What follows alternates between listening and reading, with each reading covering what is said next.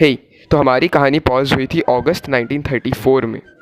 ये वो पीरियड है जब जर्मनी एक डिक्टेटरशिप के अंदर आ गई थी और वहाँ की मेजॉरिटी पॉपुलेशन इस बात से अवेयर भी नहीं थी। आइए जानते हैं इस पीरियड के दौरान जर्मनी में क्या क्या इवेंट्स हुए जिन्होंने वर्ल्ड की पूरी हिस्ट्री को बदल के रखा।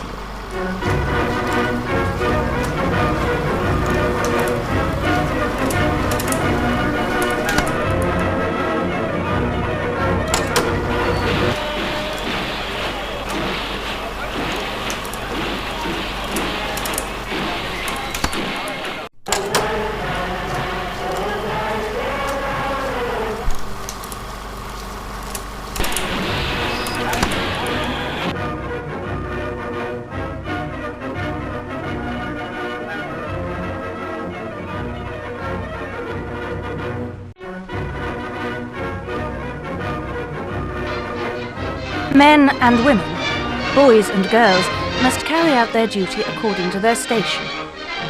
Boys we raise as political soldiers, and girls as the comrades of these political soldiers. We teach them to be wives and mothers, and to breed the next generation. That's all.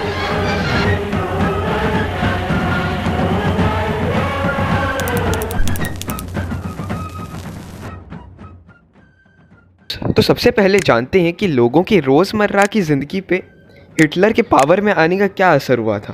तो Hitler अपनी country में नाज़ीफिकेशन नाम का एक concept लाना चाहता था, यानी कि देश के हर एक नागरिक को एक नाज़ी जैसा और हिटलर का भक्त बना देना। और इस पे सबसे ज़्यादा इम्पैक्ट हुआ था कंट्री की यूथ का। तो नाज़ी पार्टी ने कुछ यूथ ऑर्गेनाइजेशन खोल दी थी जहाँ पे बच्चों को ट्रेन किया जाता था, जैसे कि लड़कों के लिए हिटलर जेंड, जिसे हिटलर यूथ भी कहा जाता था, और लड़कियों के लिए बंड ड्यूट्सचर मेडल, यानी कि लीग ऑफ जर्मन गर्ल्स।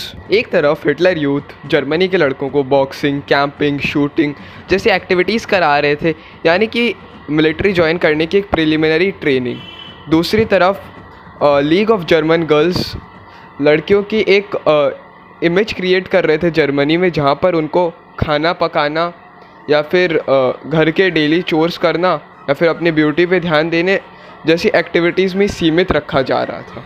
एक डेटा के हिसाब से इन ऑर्गेनाइजेशंस में जहाँ 1930s में सिर्फ 1 लाख मेंबर्स थे, ये नंबर्स 1934 तक 5 लाख हो गए और 1936 में तो इन्हें ज्वाइन करना कंपलसरी बना दिया गया। अब ये जो ऑर्गेनाइजेशंस थे, इन्होंने स्कूल के इम्पोर्टेंस को तो कहीं ना कहीं कम कर दिया था, लेकिन उन्हें रिप्लेस नहीं कर पाए थे। तो नाजी पीरियड के स्कूल्स को समझाने के लिए मैं रेफ़र करूँगा हिस्टोरियन रिचर्ड ग्रैनफिगर का एक रिसर्च पेपर और social history of third rich, जहाँ पे वो कहते हैं कि एजुकेशन का मतलब रेशियल अवेयरनेस बना दिया गया था, जहाँ पर आर्यन बच्चों के मन में ज्यूज़ के प्रति हेट्रेड फैलाई जाने लगी। उस वक्त बायोलॉजी और पॉलिटिकल साइंस जैसे सब्जेक्ट्स कंपलसरी बना दिए गए और उनको वर्दी रेस या फिर अनवर्दी रेस जैसे टॉपिक्स पढ़ाए जाने लगे। हालत इतने ख़राब हो गए थे कि बच्चे अपने सर की चौड़ाई नापने लगे, अपने आँखों का कलर, अपने बालों का टेक्सचर कंपेयर करने लगे एक परफेक्ट आर्यन बच्चे से जो कि उनके बुक्स में प्रिंटेड था। इसके अलावा बच्चों को युद्ध लड़ने की इम्पोर्टेंस सिखाई जाने लगी और हिस्ट्री में ज्यूज़ को जर्मनी के ख़राब पास्ट का रीज़न बताया गया और जर्मनी का सबसे बड़ा दुश्मन भी घोषित कर दिया गया। सारी पुरानी बुक्स को रीप्रिंट किया गया नाजी आइडियोलॉजीज़ के साथ, और साथ ही इसमें हिटलर की पूजा करना सिखाया गया।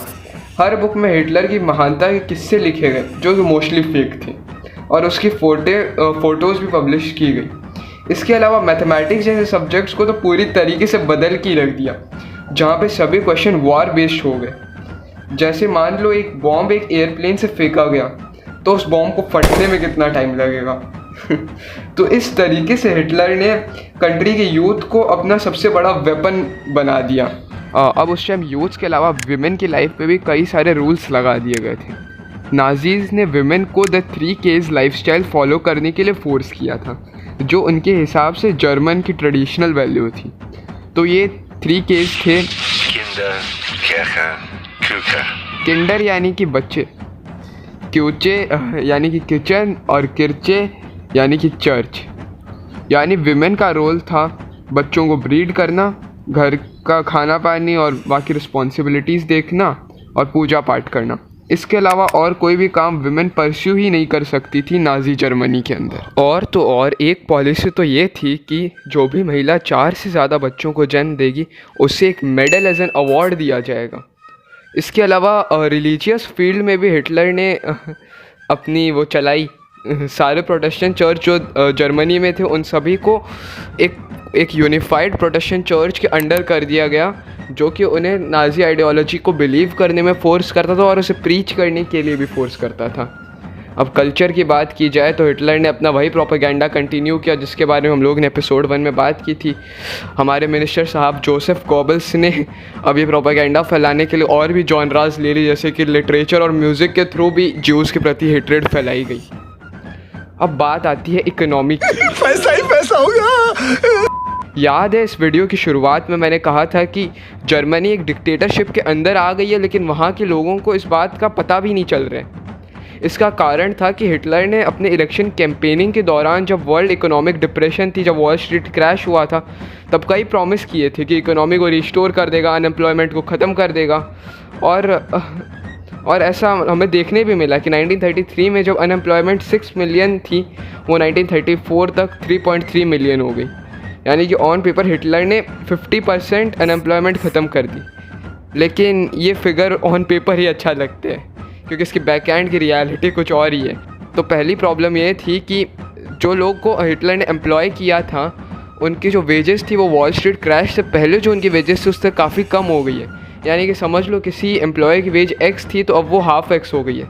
यानी कि एम्प्लॉयमेंट बढ़ी तो है लेकिन लिविंग स्टैंडर्ड्स और घट गए हैं। दूसरी प्रॉब्लम वही हिटलर की ज्यूज़ के प्रति हेट्रेड। तो उस हेट्रेड की वजह से हिटलर ने ज्यूज़ को जर्मनी का सिटीज़न काउंट करने से ही इनकार कर दिया।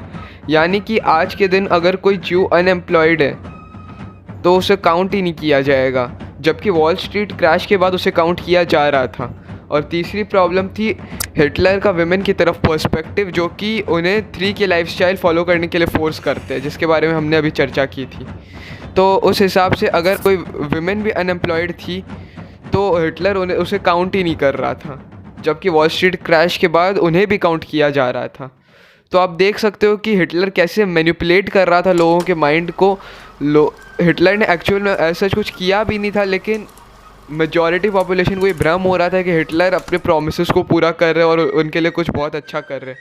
और प्रॉमिसेस से याद आया हिटलर का एक और प्रॉमिस, ट्रीटी ऑफ वर्सेल्स को तोड़ देना। तो हाँ, इस बार हिटलर ने ट्रीटी ऑफ वर्सेल्स तोड़ी तो, लेकिन इससे आम जनता को कोई फ़ायदा तो हुआ नहीं, बल्कि इन लॉन्ग टर्म एक बहुत बड़ा नुकसान हो गया। तो हिटलर ने 1935 में जर्मन आर्मी में 1 लाख से ज़्यादा सोल्जर्स को इनकॉर्पोरेट करके तोड़ा इस ट्रीटी को। उसके बाद 1936 में हिटलर ने अपनी ट्रूप्स को राइनलैंड भेज दिया। फिर 1938 में हिटलर ने अपनी टेरिटरीज़ को एक्सपैंड करने की कोशिश की, ऑस्ट्रिया और चेकोस्लोवाकिया को अपनी टेरिटरीज़ में इनकॉर्पोरेट करके। और साथ ही उसने फाइटर प्लेन्स और सबमरीन्स भी यूज़ करना शुरू कर दिया।